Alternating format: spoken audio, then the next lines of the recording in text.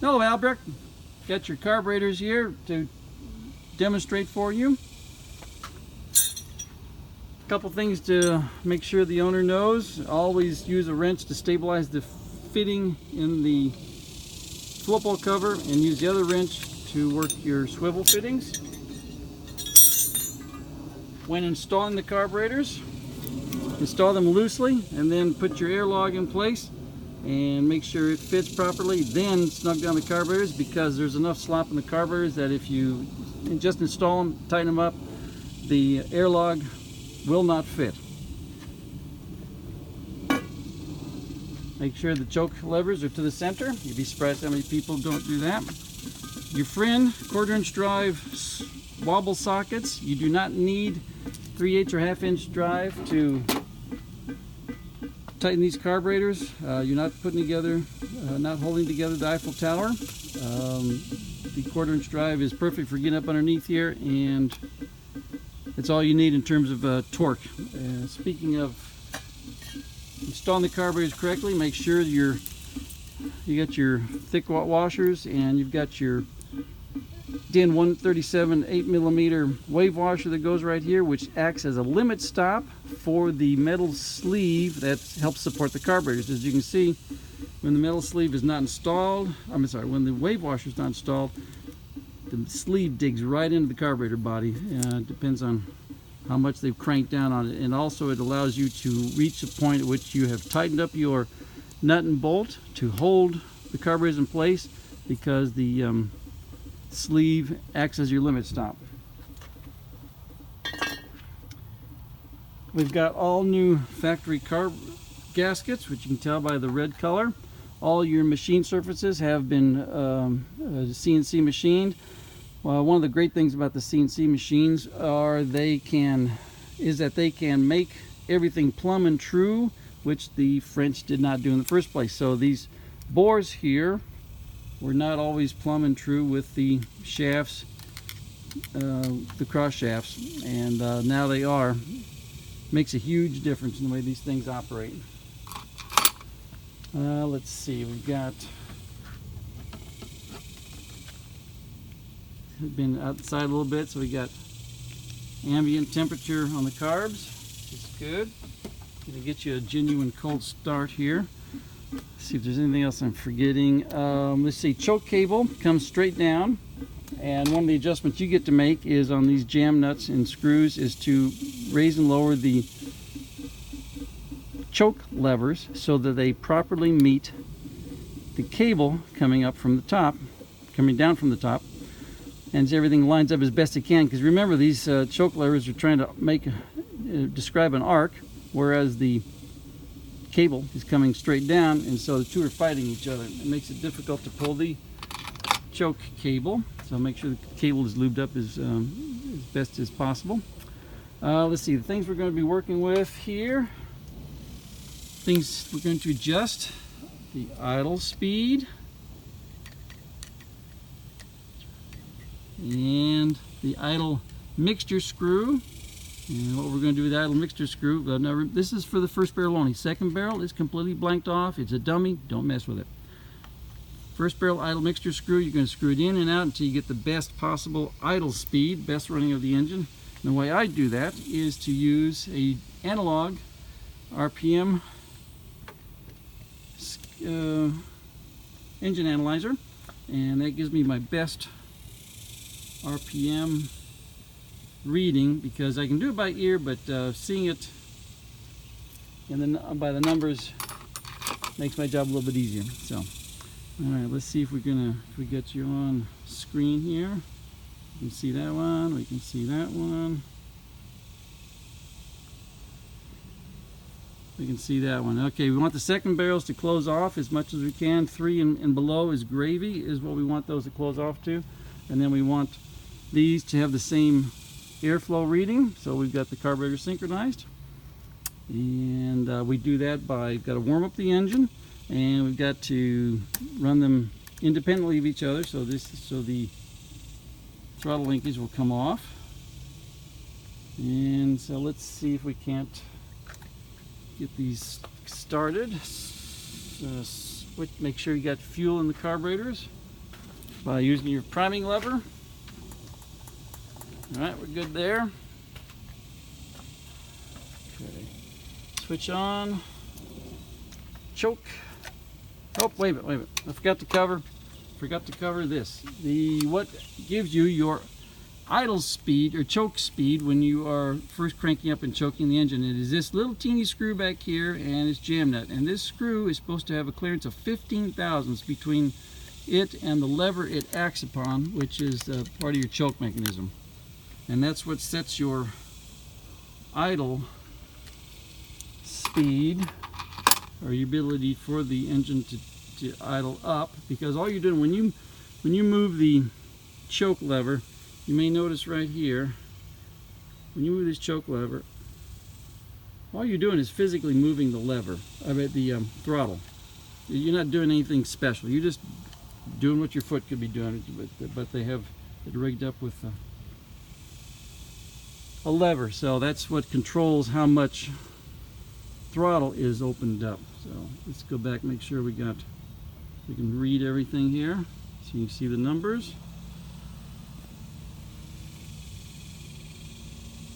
Okay, good there. Alright, switch on, choke. That's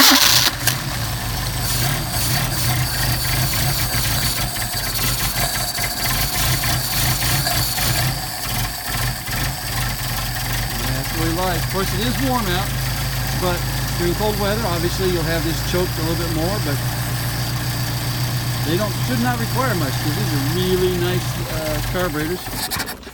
Oh, wait a minute. Did we run out of fuel? Switch off. Didn't have the... Oh, God. Did not have the fuel hose in the fuel tank. Ran it out of fuel.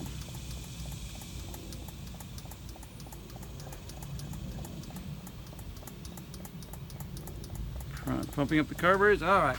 Let's try that again. Now we got the fuel hose in the fuel tank. Much better when you have fuel. Alright, in order to adjust these carburetors, we're going to get them warmed up to operating temperature, and then we're going to disconnect the throttle linkage so they run independently of each other, and then we are going to start adjusting. So let's get them warmed up.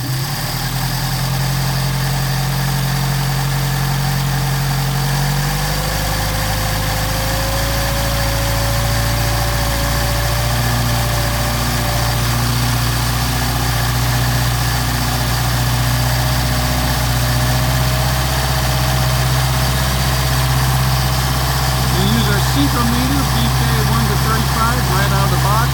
Right out of the box, this thing works perfectly for the carburetors.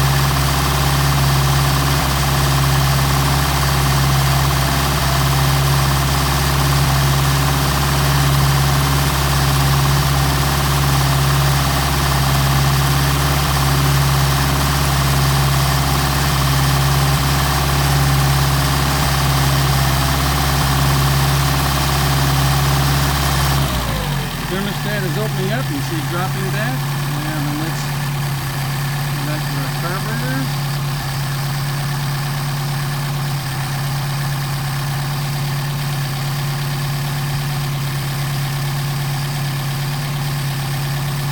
Make sure we can see the numbers. Alright, disconnecting the carburetors and cells, the linkage, making sure they're clamped off, or making sure our throttle levers are closed off. Now let's check our flow. We got 6 right, 4, looks like 5.5 to 6. We got a whole bunch, we got too much right here, so let's back this off.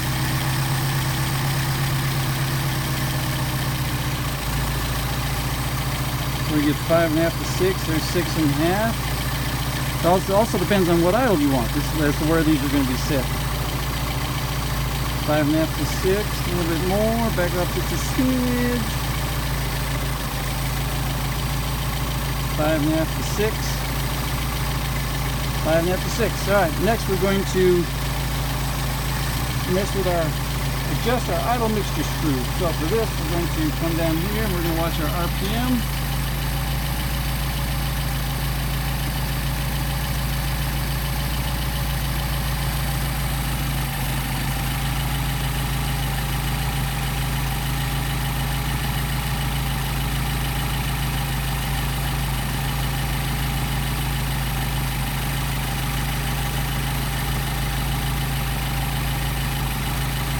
See if I can get this where the glare is not so bad. Okay, we're on the high scale right now. Here's RPM, and we're on the high scale, so we won't go to low scale. And we're running about, let's say 700, 700, 725. So let's see if we can improve on that. I've obviously already adjusted these, but we will see if atmospheric conditions have changed, and we will adjust the idle mixture screws in and out.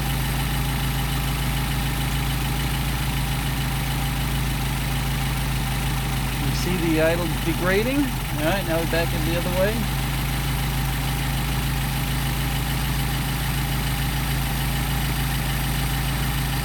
Idle is not getting any better the further up we go. Starting to degrade, so we go back in. Go back to where we were.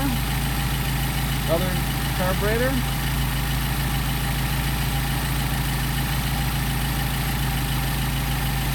Idle degrades. Back it out. Back up to about 725, 750. Idle's going down, so we go back in with the idle mixture screw. 725, 750. All right, we're good. Now then, just for fun, let's see how low we can get the idle to go. And the reason for that is to show how good the machine work is.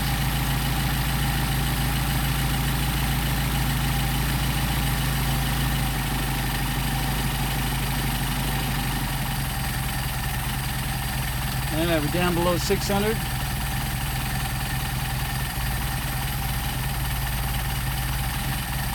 $500.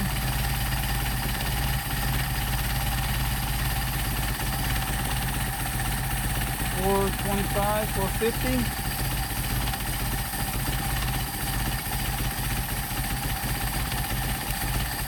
$400. $375. Oh, almost.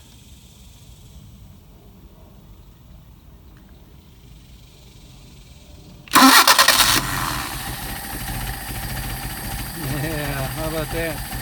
375, 400. Let's put it at an even 400. 425, okay.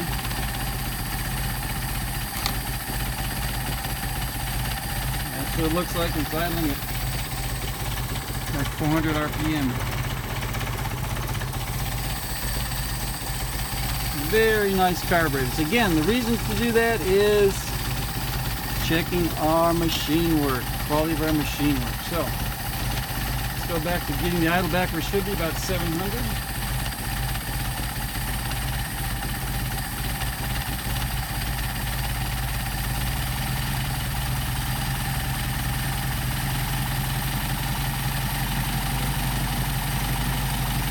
Even at 600, it sounds great. 750, 800, $800, let's back it off.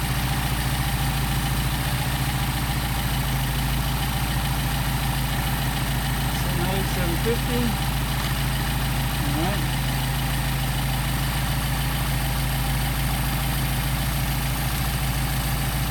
I'm going to do this one-handed because I've got I'm holding the idle, holding the throttle linkage. Still.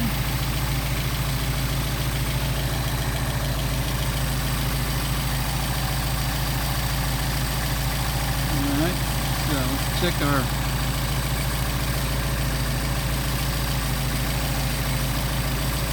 Check our flow here.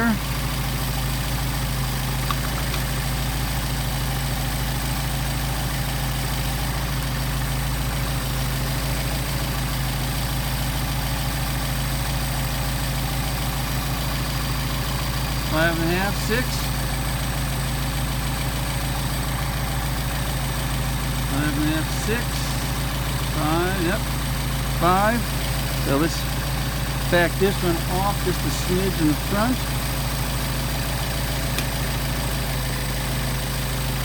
What we got here? 5 right there.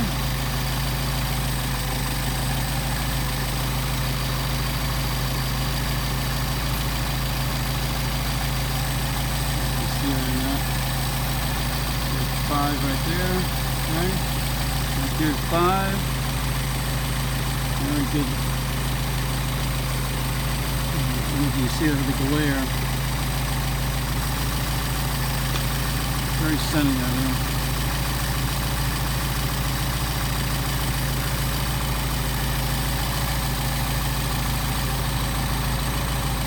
There we go. 5. Check our second barrels, make sure they're closing off as much as possible. So there's a little bit below 2, 2.5.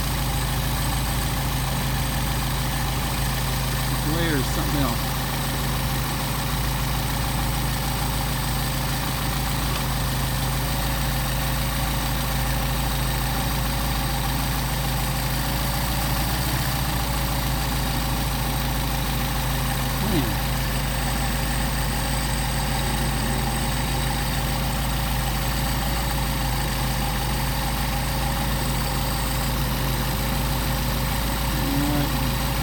Two and a half over here. Barely moves at all. 1.5. All right. Let's see. I think we've covered everything we need to do, and then the last thing you need to do is adjust your throttle linkage so that when it snaps into place, nothing changes.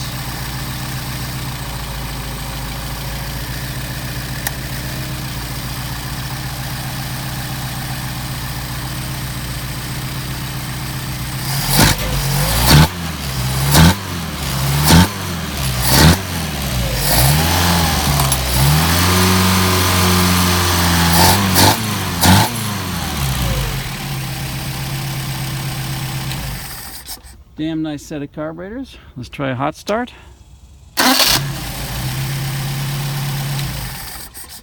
Got you a nice set of carburetors, Albrecht. Thank you very much for your patience.